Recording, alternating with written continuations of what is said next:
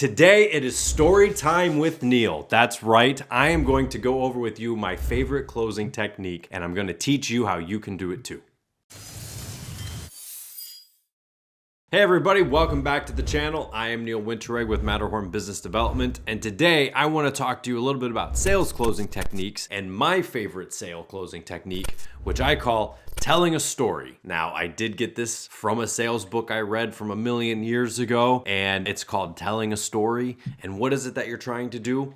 Really, what you're trying to do is you are trying to equate the problem that a person has to a similar problem that somebody else had and how you were able to solve that problem for them. So, what's the best way to tell a story? The first thing you have to know about telling a story is that it has to be a real story that you're going to tell, because you are trying to create rapport and you're trying to create trust, which means you can't gain trust by being dishonest. I know that people will tell you that you can, but that is not the reality factor. You have to be honest. So, you have to have stories that you can tell about people that are believable and true and are similar enough to that person's situation that the person understands the story that you're trying to tell. So your story has to be relatable and it has to be similar to the problem that you're trying to solve. If I go to a mechanic and he says, you know what, you really are going to need some tires soon. And I go, well, I got enough life on them for a little while longer. I'm just going to keep on going. I'll get tires next time. The mechanic can't then go, well, you know what? I had somebody come in one time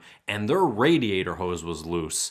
And when they drove away, the engine overheated. I'm going to be like, okay, I kind of see your point, but it's not relative enough to the exact situation that you're having. You need to make sure that your story equates into something that the person is going to find common ground with. A person who can't see that they need new tires, or doesn't believe that they need new tires, or doesn't see how that problem affects them, is not going to believe a disrelated story. They are going to need to hear about the time that a person showed up, that the tires were getting bald, that you told them that they needed new tires because you could start to see the metal wear strip, which tells you that the tire is about to blow. And then they were driving home and the tires blew up and they hit a barrier. And instead of just needing to spend $1,500 on new tires, they had to get the whole left side of their car replaced. That is a relatable story. And that is a story that you can tell with detail because you were there and because you saw it. And maybe you have pictures of it that you can actually explain and show it to somebody. That's part of telling a story. That is part of creating that rapport with them. So what I like to do when I'm going to tell a story is I like to find an instance or a similarity between that person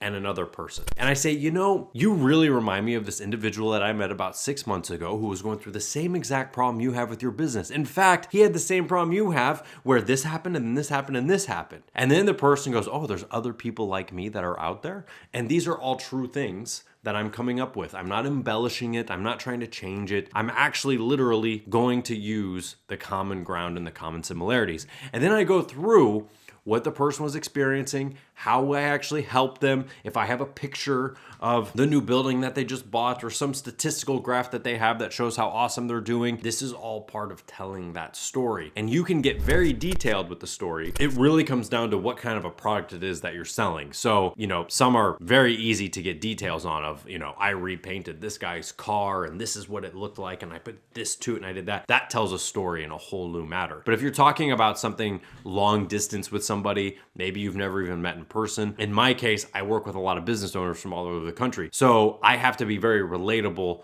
to that person in that situation in that time frame, because I found out in some of the other professions I've worked with, if I tried to tell a story, they would say, well, you know, that probably worked for that guy because he's in a big town, I'm in a small town. So I can't use my big town dentist who is making millions of dollars and tell it to this guy in a tiny farm town as to why he's gonna make millions of dollars. There's just too uncommon. There's not enough things in common for that guy to equate that to himself. He says, that's not me. I'm in a tiny town. I go, you know what? I got a guy in a town even smaller than you. Have you ever heard of Georgiaville, Georgia? No, of course you haven't. I hadn't heard of it either. I still can't find it on a map because it's a tiny town. And guess what this guy did? He went out and he did this and he did this and then we did this and then we got that going. But what we had to change was this. And all of a sudden the guy goes, oh, my town's like that. Yeah. We just have a flashing red light. We don't even have stoplights. Exactly. Okay, you can't go and market yourself on the internet in a town like that. Of course I can't. No, you need to do marketing like this guy did.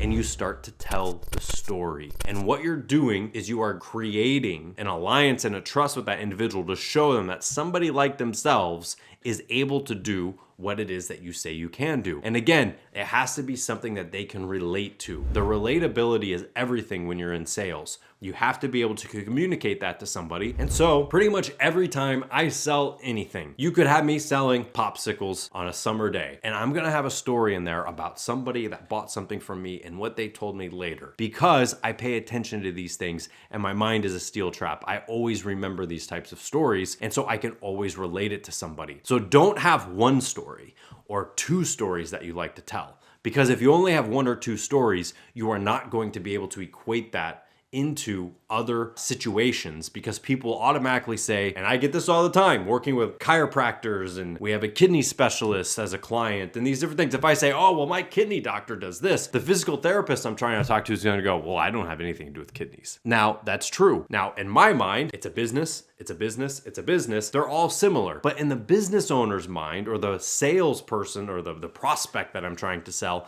they don't see it that way. They see it as them being unique. So you have to find the right story for the right prospect at the right time to get the right close that you want. So don't come up with one story. Have your entire Rolodex of client success stories available. Have 30 or 40 different cars that you painted. If you show my mom the custom Lamborghini that you painted and she brought in a minivan to get a little dent removed on a door, she's gonna say, well, I don't want it to look like that. I just want my door fixed. You can see the difference. So find the right story, tell it to the right prospect, and you'll get the close, and the story is going to lead the way. I'll see you next time.